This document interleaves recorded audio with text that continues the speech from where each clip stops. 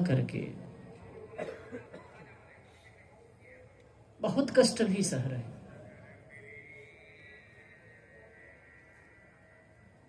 लेकिन वास्तव में वह संगम तो आपके बाह्य शरीर को धो सकता है, लेकिन असली शुद्धता, असली पवित्रता संतों और गुरुजनों के वाणी और ज्ञान से ही हो सकता है। गोस्वामी जी ने एक जगह बहुत बढ़िया कहा है,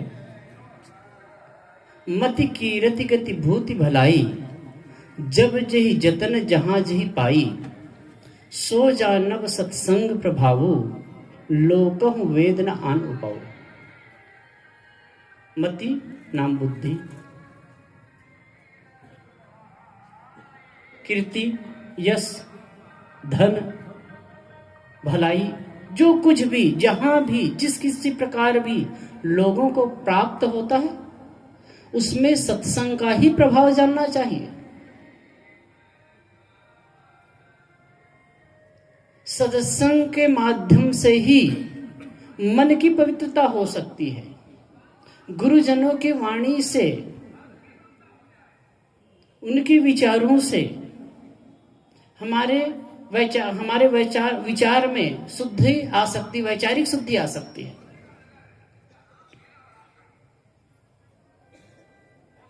यहां बात आती है, सदगुरु वचन सुनो हो संतो, सदगुरु के वचनों को सुनो।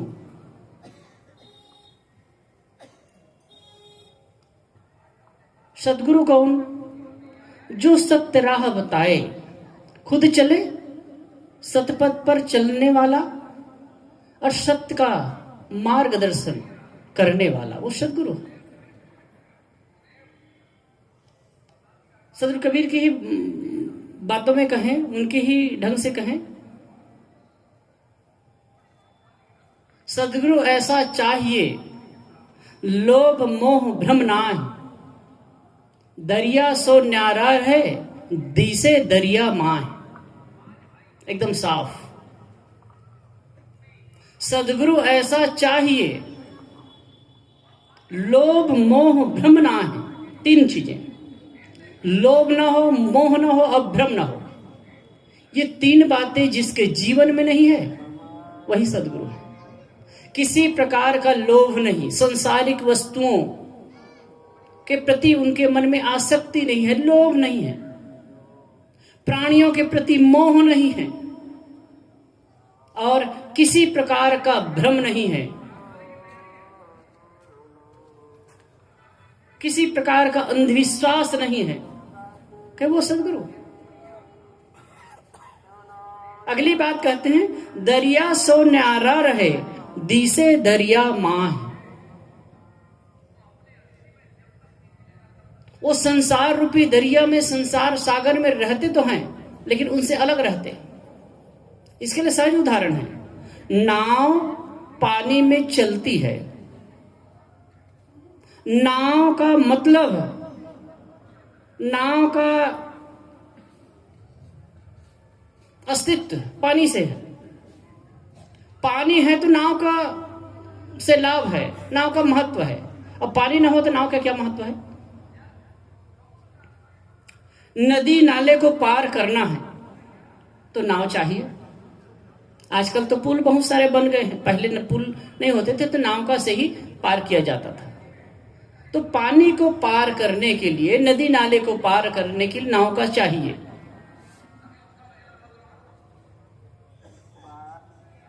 नाव पानी है तो नाव का महत्व है, और नदी पार करने के लिए नाव काम का है। लेकिन यदि नाव में पानी आ जाए तो नाव का डूबना है। यहां कह रहे हैं, सदगुरु ऐसे होते हैं जो संसार रूपी सागर में रहते तो हैं, लेकिन उनके अंदर सांसारिकता नहीं होती है। जैसे नाव नदी में चलती है, तभी तक वो नाव आपको पार कर सकती है जब नदी का पानी नाव के अंदर ना आए। अगर आने लगे तो डूबना तय है। एक संसार बाहर का, एक संसार भीतर का। बाहर का संसार किसी को नहीं बांधता है, बाहर का संसार किसी को नहीं बांधता है, बाहर का संसार किसी को दुख नहीं देता है। अपना बनाया हुआ संसार, अपने अंदर जो मान्यताओं का संसार है, जो अपनेपन का संसार है, वही दुख देता है, वही पीड़ित करता है। और इससे जो ऊपर होता है वही सद्गुरु है, वही सद्गुरु है। वो किसी भी वेशभूषा में हो सकता है। कहते हैं ऐसे सद्गुरु की वाणी वचनों को सुनो जो कहीं बंधा नहीं है, कहीं फंसा नहीं है, कहीं भ्रम में नहीं है, कहीं मोह में नहीं है, कहीं लोभ में नहीं है। अगर गीता के भाषा में कहें, प्रजहाति यदा कामान सर्वान पार्थ मनोगतान आत्मन्य आत्मना तुष्ट स्थित प्रज्ञस्य तदुच्यते। प्रजहाति यदा कामान सर्वान पार्थ मनोगतान। श्री कृष्ण महाराज कहते हैं कि हे पार्थ, मन में स्थित सारी कामनाओं को जब साधक त्याग देता है, आत्मन्य आत्मना तुष्ट, और आत्मा द्वारा आत्मा में संतुष्ट रहता है, उसे स्थित प्रज्ञ कहते हैं। और ऐसा स्थित प्रज्ञ मनुष्य ही सद्गुरु होता है। अगर गीता के ढंग को देखें, गीता के ज्ञान देखें, तो कृष्ण एक सद्गुरु हैं और अर्जुन शिष्य है। तो वास्तव में सांसारिकता से जो आदमी ऊपर है, वही अपने आप को दुख मुक्त कर सकता है। और ऐसे वचनों को, ऐसे महापुरुषों के वचनों को सुनकर हम भी अपने आप को दुख मुक्त कर सकते हैं। क्योंकि देखिए, ज्ञान की बातें तो कहीं भी सुनने को मिल जाती है, पढ़ने को मिल जाती है, लेकिन जब वैसा आदर्श सामने होता है तो उससे हमें प्रेरणा मिलती है कि सामने कोई कर रहा है तो हम भी कर सकते हैं, सामने कोई कर रहा है तो हम भी कर सकते हैं। और सुनते हैं तो भाई पहले के लोग कर लिए या कोई कर गया। एक समस्या हमारे यहाँ यह है कि हम कोई महापुरुष होते हैं जिन्होंने कोई आदर्श प्रस्तुत किया, जिन्होंने कुछ किया, कुछ समय के बाद उनको अवतार, भगवान या देवता मानकर बैठा देते हैं। और ऐसा करने से हम उनके आदर्शों से वंचित रह जाते हैं, उनके मूल्यों से वंचित रह जाते हैं, उनसे जो सीख ग्रहण करना चाहिए उससे हम वंचित हो जाते हैं। क्योंकि होता है कि वो तो भगवान थे जी, वो अवतार थे जी, तो वो कर सकते हैं, हम कैसे कर सकते हैं। तब बात आती है कि उनके नाम जप से मुक्ति मानते हैं, उनके कीर्तन करने से मुक्ति मानते हैं। लेकिन एक प्रकार से कीर्तन करने से, जप करने से थोड़ा बहुत सात्विकता की भावना आ सकती है, थोड़ा बहुत संतोष हो सकता है, लेकिन काम बनने वाला नहीं। यह बात आई, सदगुरु वचन सुनो हो संतो, सदगुरु के वचनों को सुनो और मत लीजिए सिर भार। सिर में मान्यताओं का बोझा, सिर पर मान्यताओं का बोझा ना मतलब। यदि हमें सच्चे सदगुरु मिल जाएं, उनकी बातों को लेकर के हम चले। एक सज्जन मुझे मिले थे, वो बता रहे थे, कहे साहब मैं इतनी मान्यताओं में उलझा था, इतना दुखी था, इतने मतलब त्रस्त था मान्यताओं को लेकर के, भ्रमजालों को लेकर के, लेकिन जब कबीर वाणी को मिला तो साफ हो गया। कबीर वाणी मिली तो साफ हो गया। अब इतना अच्छा हल्को महसूस करता हूं कि क्या पूछना, लगता है कि मेरे सिर का भार उतर गया। हम बहुत सारी मान्यताओं को लेकर के जीते हैं,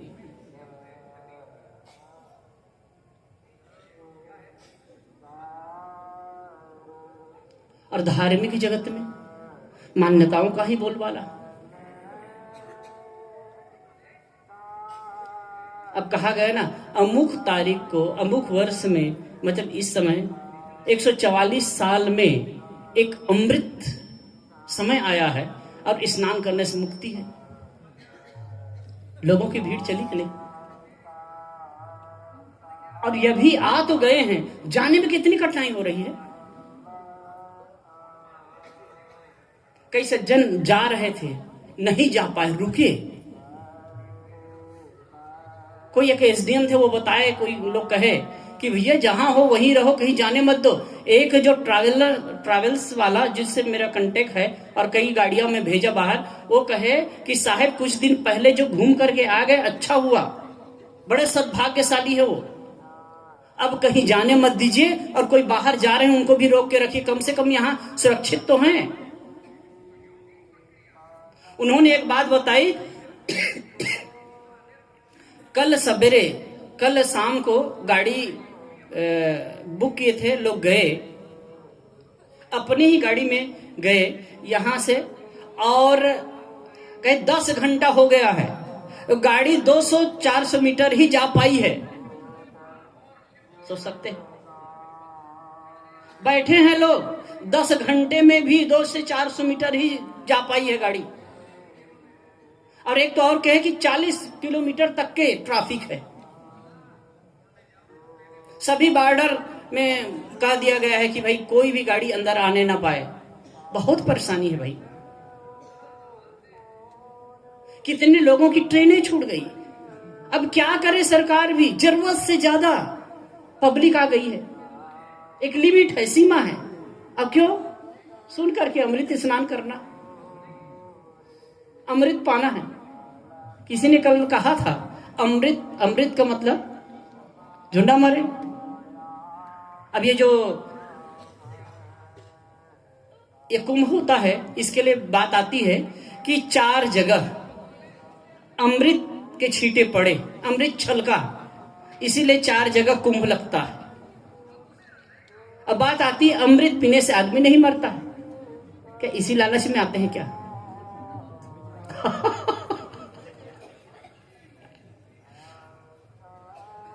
दूसरी बात, कल तो इतना जोर से हमारे कोई साथी बोल रहे थे कि यहां आने से स्नान करने से पाप से मुक्त हो जाएंगे। एक मैं यही कि सच्ची घटना बताऊं, और जो सुनते हैं वो अपने जीवन में सोचे विचारें। कुछ दिन पहले की घटना है, शायद 3-4 साल पहले की घटना। कोई आर्मी के अफसर थे, वो अपने पत्नी के साथ में इलाहाबाद पार करके कहीं जा रहे थे, प्रयागराज पार करके जाना था उनको। तो उनकी पत्नी ने कहा कि ऐसा है, यहाँ के तीर्थ की महिमा है, रुकते हैं यहाँ स्नान करेंगे, कुछ रुक लेंगे फिर चलेंगे। तो कहीं ठीक है। तो कहीं गंगा के उस पार रुके और कुछ सामान खरीदने के लिए गए। तो देखे तो सामान खरीदने का मन होता है, तो सामान खरीद लेंगे करके, तो एक दुकान के पास में वो अपनी पत्नी को बैठा दिए और कहे कि मैं थोड़ा और देखता हूं। थोड़ा से अंदर गए, दूसरे साइड गए, और जब वहां से 5 मिनट के बाद आए तो उसकी पत्नी गायब। तो वो दुकानदार से पूछता है कि भाई मेरी पत्नी यहां बैठी थी, कहां गई? तो दुकानदार झुंझला के कहता है, क्या तुम्हारी पत्नी का मैं ठेका लिया हूं? बात भी सही, लेकिन वो आर्मी का अफसर, वो तो इतना झल्ला गया और सीधा रिवॉल्वर निकाल के उसके कनपट्टी पर लगाया। बताओ, नहीं तो अभी उड़ा दूंगा। तो बात आती है कि पता नहीं कहां से करके फिर कुछ समय के बाद में उनकी पत्नी को 2-4 लड़के लोग ले गए थे, लाए, उसके गहना वहना निकाल लिए थे, तो सुरक्षित आ गई, सब कुछ मिल गया। तब उन्होंने कहा कि हे गंगा मैया, तुम्हारे नजदीक में जो पापी बैठे उन्हीं को धो दो, हमको तुम्हारी आवश्यकता नहीं।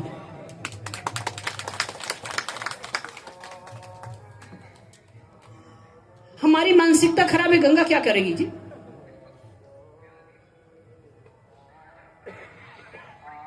जब तक सत्संग में निमज्जन नहीं करेंगे, जब तक सदगुरु संतों की वाणी वचन में बैठेंगे नहीं। अब बैठने की बात भी नहीं। एक बार मुरारी बापू कथा सुनने गया तो उन्होंने एक बहुत बढ़िया बात कही थी। लोग लाखों की संख्या में कथा में आते हैं, कथा में बैठते तो हैं, लेकिन कथा उनके अंदर बैठती है कि नहीं? कथा में लोग बैठते हैं, लेकिन लोगों के अंदर कथा बैठती है कि नहीं? और जब तक के अंदर बैठेगी नहीं, तब सुधार कैसे होगा? तो जीवन में सुधार तभी संभव है और तभी सत्संग की सार्थकता है और तभी तीर्थों में जाने की सार्थकता हो सकती है जब हमारे अंदर आंतरिक परिवर्तन आया। तो बात आई सदगुरु वचन सुनो हो संतो मत लीजिए सिरभार। इस पर मैं एक कहानी कहता हूं कि कैसे मान्यताओं से समाज जकड़ा हुआ है और कैसे दुखी हो रहा है। कहानी काल्पनिक है, लेकिन काल्पनिक कहानी के माध्यम से भी यथार्थ का उद्घाटन होता है। काल्पनिक नहीं, सही भी हो सकती है। एक परिवार में छोटा परिवार था, 4 लोग थे, माता पिता और बेटा और बहू। बड़ा आपस में सामंजस्य था, प्रेम से रहते थे, आनंदित रहते थे, एक दूसरे में इतना कम्युनिकेशन था, इतना सामंजस्य था कि क्या कहना, स्वर्ग था। एक दिन शाम के समय पिता, पुत्र और मां ये बैठे थे खाने के लिए। बहू पारस कर रही थी, टी टेबल था, उसमें बैठ करके खा रहे थे। इसी बीच में, और बहू परोस रही है, इसी बीच में बूढ़े बाबा को हंसी आ गई। और जब हंसी आई तो कितने लोगों की आदत होती है जोर से खिलखिला करके हंसने की, मुंह खोल करके हंसने की। कुछ मेरी भी आदत है वैसे।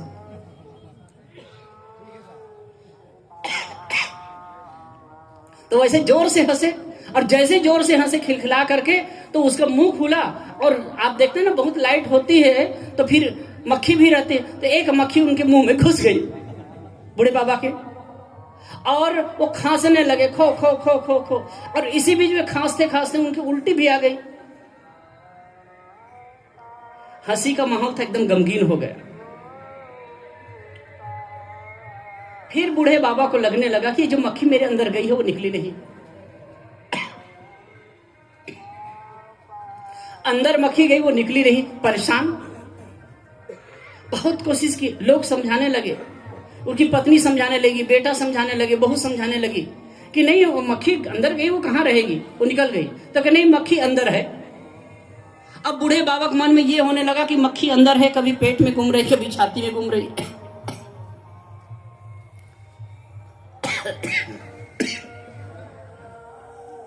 बहुत परेशान। अब कहे कि मेरे अंदर मक्खी है, मुझे परेशान करे, खाना पीना बंद। वो सूखने लगा। कई डॉक्टरों को दिखाया गया। अब भाई उनके अंदर मक्खी है ही नहीं, तो डॉक्टर भी क्या करे। लेकिन उनके डॉक्टरों के पास जाते थे और कहे कि ऐसा कुछ नहीं है, तो वो डॉक्टरों के लिए नाराज होता था। आजकल के डॉक्टर भी फर्जी होते हैं, पैसा लेकर के दे करके सर्टिफिकेट ले लेते हैं, कुछ जानते बांधते थे है नहीं। मैं महसूस कर रहा हूं मेरे अंदर मक्खी है, मैं पीड़ा से पीड़ित हूं, दुख से पीड़ित हूं, और ये कहते हैं मक्खी नहीं है। घर वाले भी परेशान हो गए। आप जानते हैं किसी के घर में कोई बीमार होता है तो बीमार तो दुखी है ही, घर वाले भी उनके लिए परेशान रहते हैं। एक दिन क्या हुआ, किसी ने उनको कहा, उनके बेटे को, ऐसा है भाई, इनको मनोचिकित्सक को ले जाओ और दिखाओ। मनोचिकित्सक के पास ले जाया गया। मनोचिकित्सक के पास में गए तो देखते ही पहली बात सुन लिए, कहे कि हाँ, इनके अंदर मक्खी है और ये मक्खी मैं निकाल दूंगा। तो उसका जो बेटा था एकदम मायूस हो गया कि अभी तक के जितने डॉक्टर के पास जाते थे वो तो कहते थे कि ऐसा कुछ नहीं है, लेकिन ये डॉक्टर तो शुरू में भ्रम की बात कर रहा है, कहता है कि इनके अंदर मक्खी है। अब बूढ़ा बाबा खुश हो गया कि ये डॉक्टर मर्ज को पहचान पाया, और मर्ज को पहचान पाया तो इलाज भी कर पाएगा।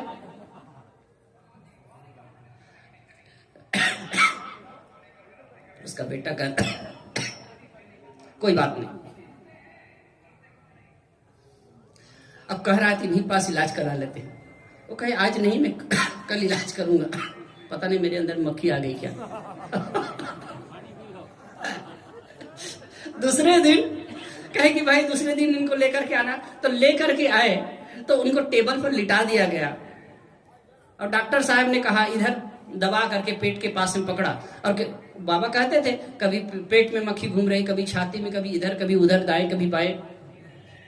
तो डॉक्टर साहब पेट को पकड़े, दबाए, पहले कहे आंख बंद कर लीजिए, आंख बंद करवाए, अब पेट के पास में हाथ रख करके कहे मैं नीचे से दबा रहा हूं और धीरे धीरे दबाते ऊपर चढ़ा रहा हूं, आप देखना कहां है वो बताते जाना, और जैसे ही गले के पास मक्खी आए तो जोर से खांसना, वो निकल जाएगी। तो धीरे धीरे ऐसे दबाए, धीरे धीरे दबाते दबाते दबाते दबाते कहीं कहां है कहां है, और बाबा कह रहे हैं कभी दाएं है कभी बाएं है, ऊपर चढ़ रही है, छाती के पास आ गई तो गले के पास आ गई, तो गले के पास आ गई तो जोर से खांसो, जोर से खांसे, तो वो पहले से शीशी में मक्खी पकड़ करके रखे तो वहीं पे टिका दिया और कहते आंखें खोलो, देखो देखो मक्खी पकड़ा गई। और सचमुच में देखे कि शीशी में मक्खी घूम रही है, देख करके बूढ़ा बाबा इतना खुश हुआ, ओह यही मक्खी थी मुझे परेशान कर रही थी, और देखो कितने डॉक्टरों के पास में गए और डॉक्टर तो कहते थे मक्खी इनके अंदर है ही नहीं, और ये डॉक्टर ये मक्खी निकाल दिए। धन्यवाद डॉक्टर साहब, आपने मेरा जीवन बचा लिया। अब उनका बेटा था बूढ़े बाबा का, वो बगल में बैठ करके देख रहा था, अब मक्खी मक्खी कुछ घुसी नहीं थी, ये तो डॉक्टर नाटक कर रहा था। फिर साइड में उनके बेटे को ले जाकर के डॉक्टर कहते हैं कि देखो बेटा, न तो इनके बाबा के अंदर मक्खी गई थी और न निकली है, लेकिन याद रखना ये बात उनको पता नहीं चलनी चाहिए, अगर फिर से मक्खी घुस गई तो निकलने वाली फिर नहीं। ऐसे ही ये कहानी है, ये घटना घटी हो या ना घटी हो, लेकिन ये समाज रूपी शरीर में मान्यताओं की मक्खी जो घुस गई है ना, ये बहुत पीड़ित कर रही है। समाज इससे पीड़ित है। भूत प्रेत की मान्यता, देवी देवता की मान्यता, शकुन अपशकुन की मान्यता और नाना प्रकार की मान्यता, इन मान्यताओं पर नहीं जाऊंगा, सब जानते हो आप लोग। और गुरुदेव जी आज कल शाम के सत्संग में कह भी रहे थे इन बातों को। तो ये मान्यताओं में हम जकड़े हुए हैं ना, और जब तक यथार्थ सदगुरु के बोधवाणी को नहीं समझेंगे, वो डॉक्टर कौन है, मनोचिकित्सक, वो सदगुरु और संत ही। और जब हम सुन लेते हैं साफ हो जाता। एक संस्मरण बता के मैं विराम लूंगा। गुजरात में एक जगह है, राजकोट के आगे, भक्त हैं, अभी तो उनका शरीर छूट गया, बड़े अच्छे निर्मल आत्मा। तो वो क्या कहे, मुझे साहब वो देवी आती थी कहे, तो वहां धुनना करते हैं गुजरात में, तो वो धुनना मतलब छत्तीसगढ़ में झुकना, ऐसे ऐसे सिर हिलाते हैं, तो वो ऐसे करता था कहे। अब मेरे पास में कुछ फुकाने के लिए भी लोग आते थे लेकिन कबीर साहब के जब बीजक पढ़ा, बीजक हाथ आया,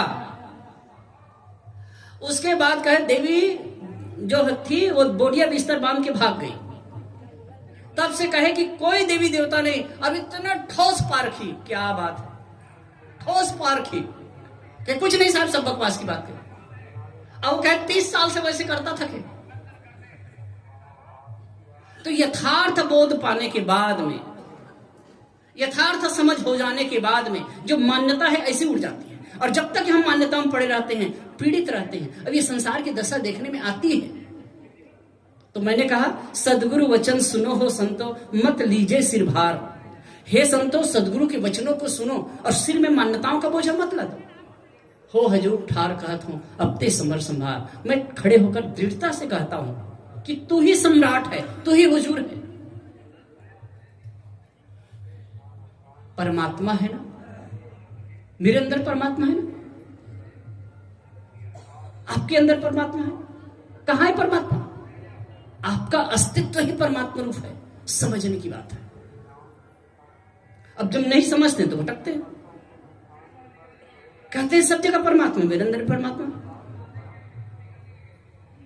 जब तक हम संसार में लगे हैं, आत्मा क्षेत्रज्ञ इत्युक्त संयुक्त प्रकृति गुणे तेरे तू विनिर्मुक्त परमात्मे ती उदाहरता। ये भागवत का मंत्र है। आत्मा क्षेत्रज्ञ संयुक्त प्रकृति गुणे, जब प्रकृति के गुणों से आत्मा संयुक्त होता है तब वो क्षेत्रज्ञ कहलाता है। तेरे तू विनिर्मुक्त है, जब इससे अच्छी तरह विमुक्त होता है तब परमात्मे ती उदाहरता, तब उसे परमात्मा कहा जाता है। परमात्मा एक विशेषण है। खैर ये बहुत बड़ी बात हो जाती है, लेकिन इतनी बात समझिए कि परमात्मा है तो आपके अस्तित्व में भी है, वो आपके अंदर है, आप हैं। बस संसार में लिप्त हैं तब तक के परमात्मत्व की अनुभूति नहीं होती है। उससे ऊपर उठे तो परमात्मत्व का जागरण होता है। तो कुछ बातें मैं अपनी आप सबके बीच रखी और संतजन विराजमान है। मैं अपनी बात को यही विराम देता हूं। आप सबको बहुत बहुत धन्यवाद और शुभकामना। बोलिए सद्गुरुदेव की। अभी हम सब संत श्री विवेक साहिब जी के द्वारा बहुत सुंदर विचार श्रवण कर रहे थे सतगुरु कबीर साहब के एक साखे के आधार पर। सतगुरु वचन सुनो हो संतो मति लीजय सिरभार, हो हुजूर ठाड़ कहता हूँ अब तय समर संभार। मान्यताओं का जो बोझ लेकर के हम चलते हैं उसी में भटकाव होता है। मान्यताओं के जो बोझा है उसको उतारने से ही हमें सही पथ मिलता है। इस पर हमने बहुत सुंदर विचार श्रवण किए और आइए